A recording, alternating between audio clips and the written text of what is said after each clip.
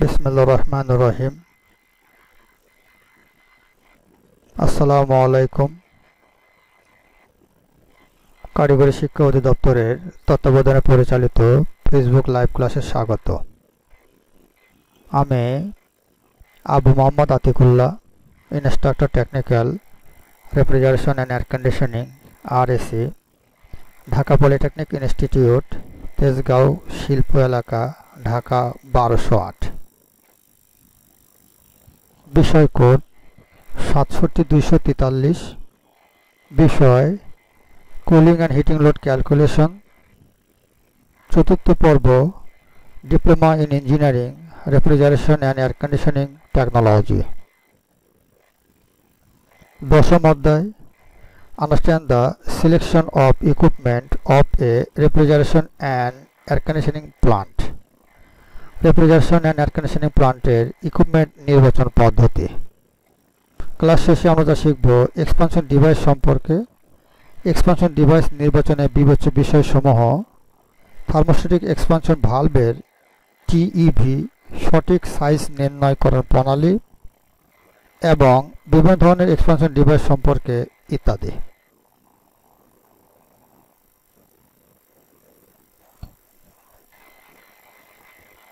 Expansion device নির্বাচন পদ্ধতি।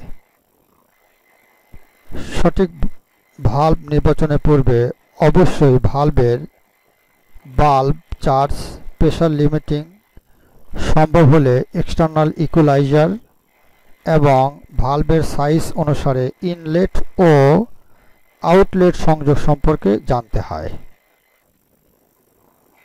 প্রয়োজন অনুসারে ব্যবহার ক্ষেত্র মতে কোনো ভালভে চার্জ বিভিন্ন ধরনের হয় এবং আবহাওয়া বা ওয়েদার অনুসারে প্রেসার ভালভের প্রয়োজন হয়।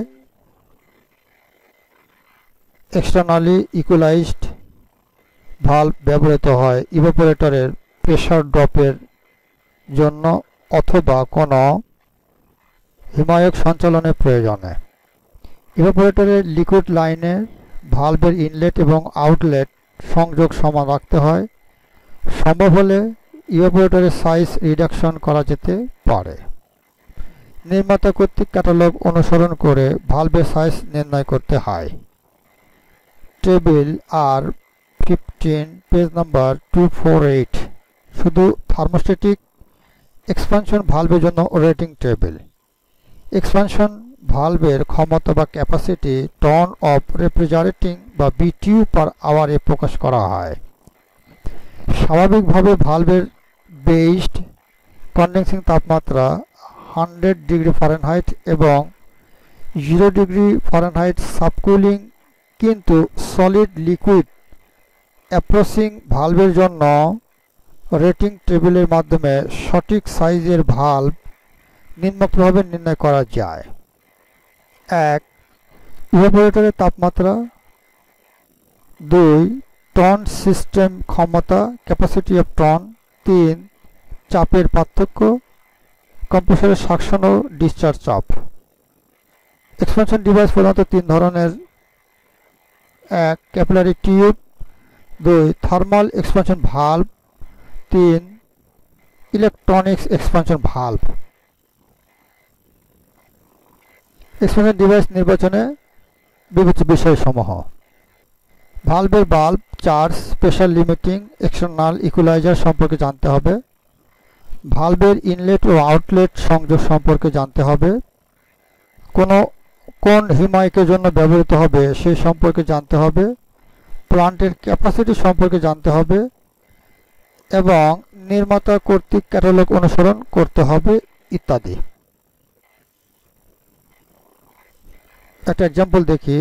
টেবিল 10.16 সাহায্যে থার্মোস্ট্যাটিক এক্সপানশন ভালভ বা TEV সঠিক সাইজ নির্ণয় করতে হবে।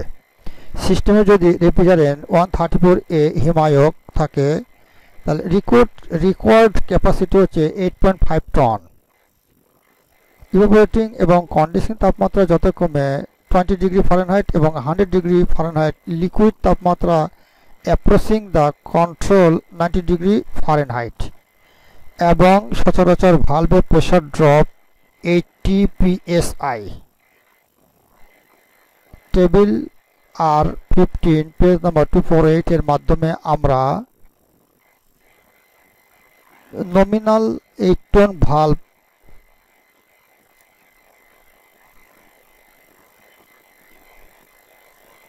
has rated capacity of 8.97 ton with 80 psi. Pressure drop across the valve 90 degree Fahrenheit, a correction factor, liquid valve inlet corrected capacity হচ্ছে 9.6 টন এবং সিস্টেমের জন্য প্রযোজ্য। থার্মোস্ট্যাটিক এক্সপানশন ভালভ 50% এর কম ক্ষমতায় সফলতার সাথে পরিচালিত হবে না। যখন কোনো সার্কিটে 50% এর নিচে লোড বিরাজ করবে তখন ইভাপোরেটর দুটি পৃথক সার্কিট তৈরি করে। একটি এক্সপানশন ভালভের মাধ্যমে পরিচালনা করতে হবে। With the arrangement it is possible to cycle out partition of the evaporator as the load on the system falls off, so that the load on any one expansion valve never drops below 50% of the design capacity of the valve. এই হলো আমাদের capillary tube. Refrigeration and air conditioning সিস্টেমে capillary tube throttling device হিসাবে কাজ করে।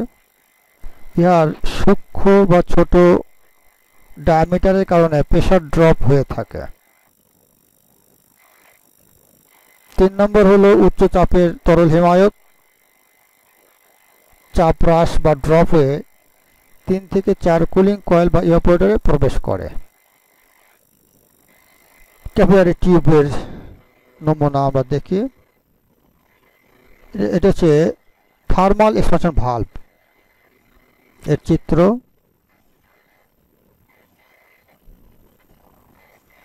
Expansion valve বা TEV নির্বাচন পদ্ধতি।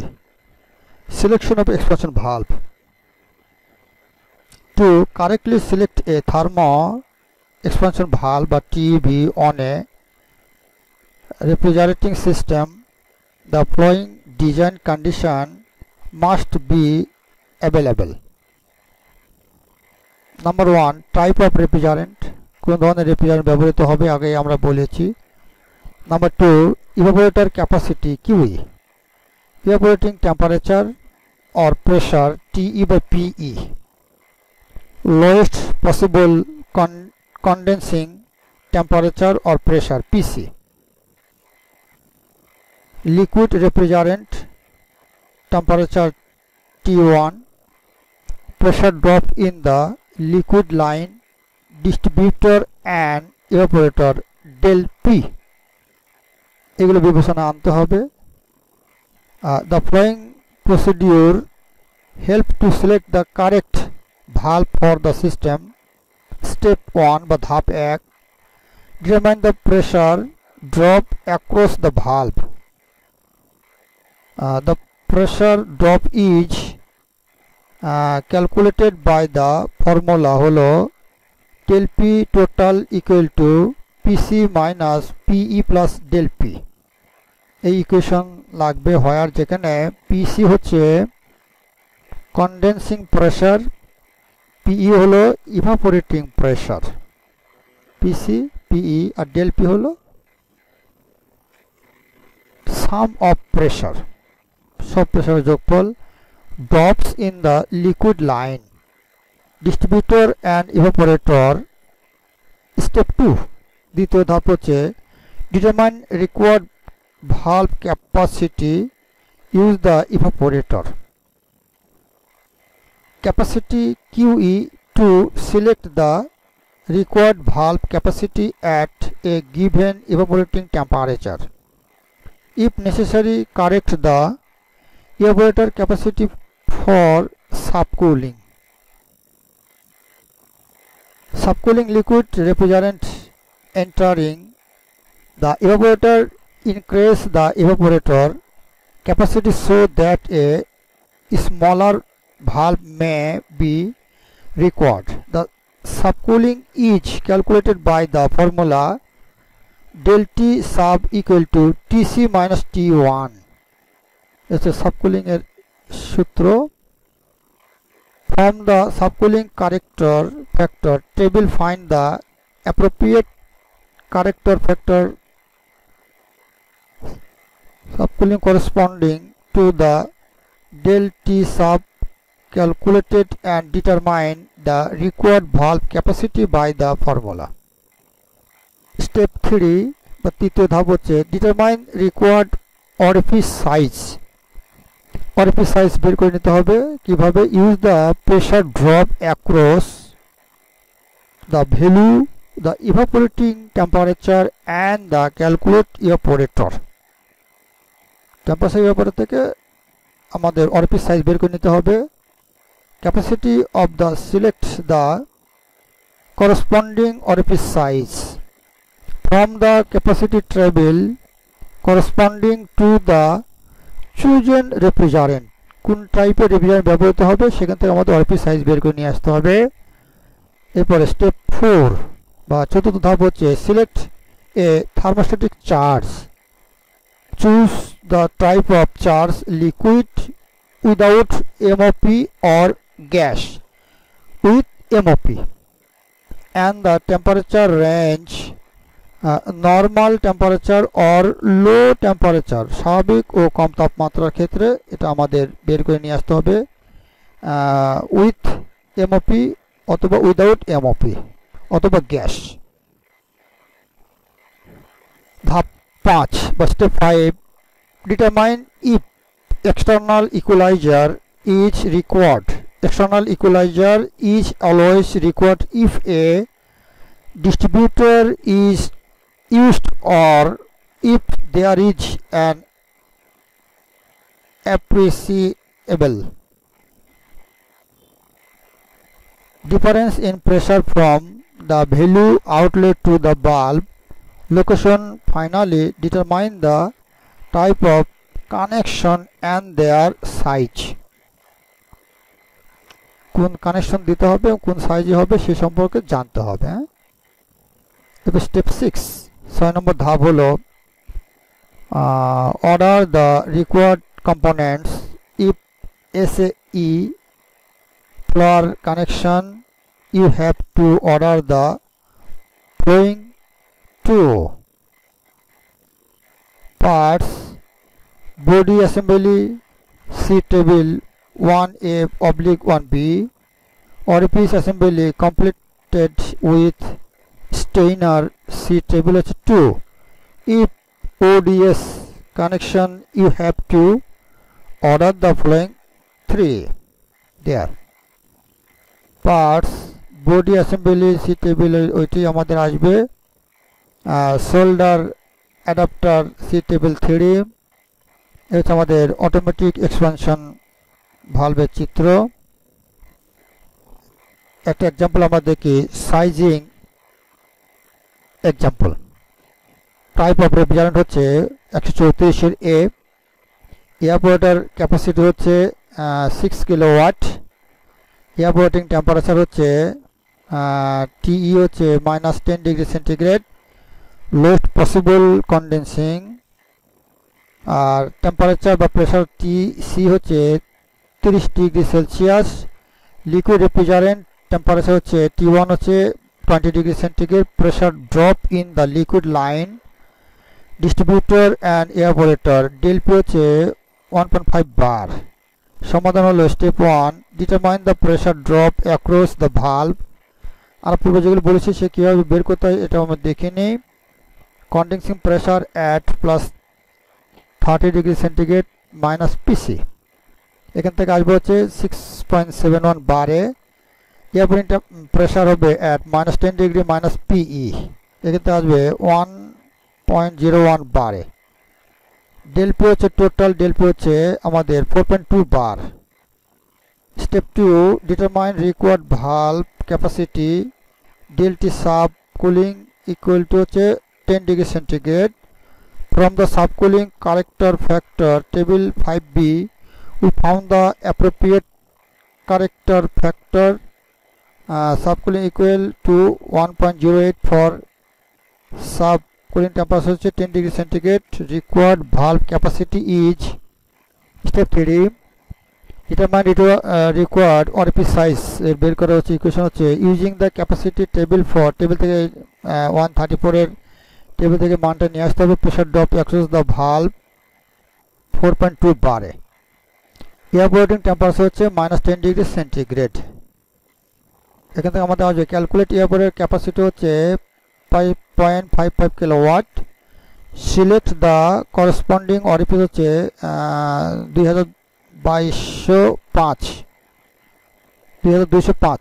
এই হচ্ছে আমাদের অরিফিস সাইজে পেয়ে গেছি নোট এটা মনে রাখার জন্য the expansion valve capacity must be equal or slightly more than the calculate evaporator capacity এখানে আমাদের একটা ইলেকট্রনিক্স এক্সপানশন ভালভ দেখি এটা হচ্ছে electronics expansion valve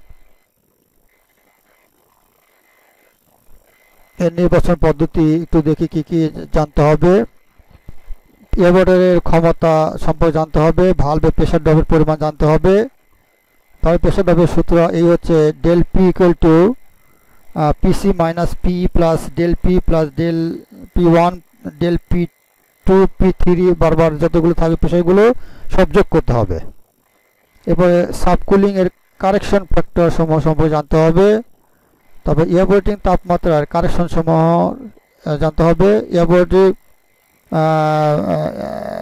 corrected equal to Q এয়ারবোর্ডিং ইনটু কারেকশন কোএফিসিয়েন্ট 5 নম্বর হচ্ছে ভালভের বিভিন্ন সাইজ সম্পর্কে জানতে হবে লিকুইড লাইনের ডায়ামিটার সম্পর্কে জানতে হবে আমরা যে ভালভটা বসাবো ডায়ামিটার না মিললে এটা হবে না এই সম্পর্কে জানতে হবে আর এটা হোমওয়ার্ক দেখি বাড়ির কাজ 10ম অধ্যায়ে এক্সপানশন ডিভাইস বলতে কি বোঝায় এক্সপানশন ডিভাইস নির্বাচন পদ্ধতি লিখো এক্সপানশন ডিভাইস কত প্রকার ও কি কি থার্মোস্ট্যাটিক এক্সপানশন ভালভ নির্বাচন পদ্ধতি লেখো এই পাঠ সম্পর্কিত তোমাদের কোনো প্রশ্ন আছে কি তাহলে এই ইমেল ইনবক্স করবে এই ক্লাসে পুনরায় দেখতে ভিজিট করো onlinetibet.com ধন্যবাদ সকলকে থ্যাংক ইউ ফর অল ধন্যবাদ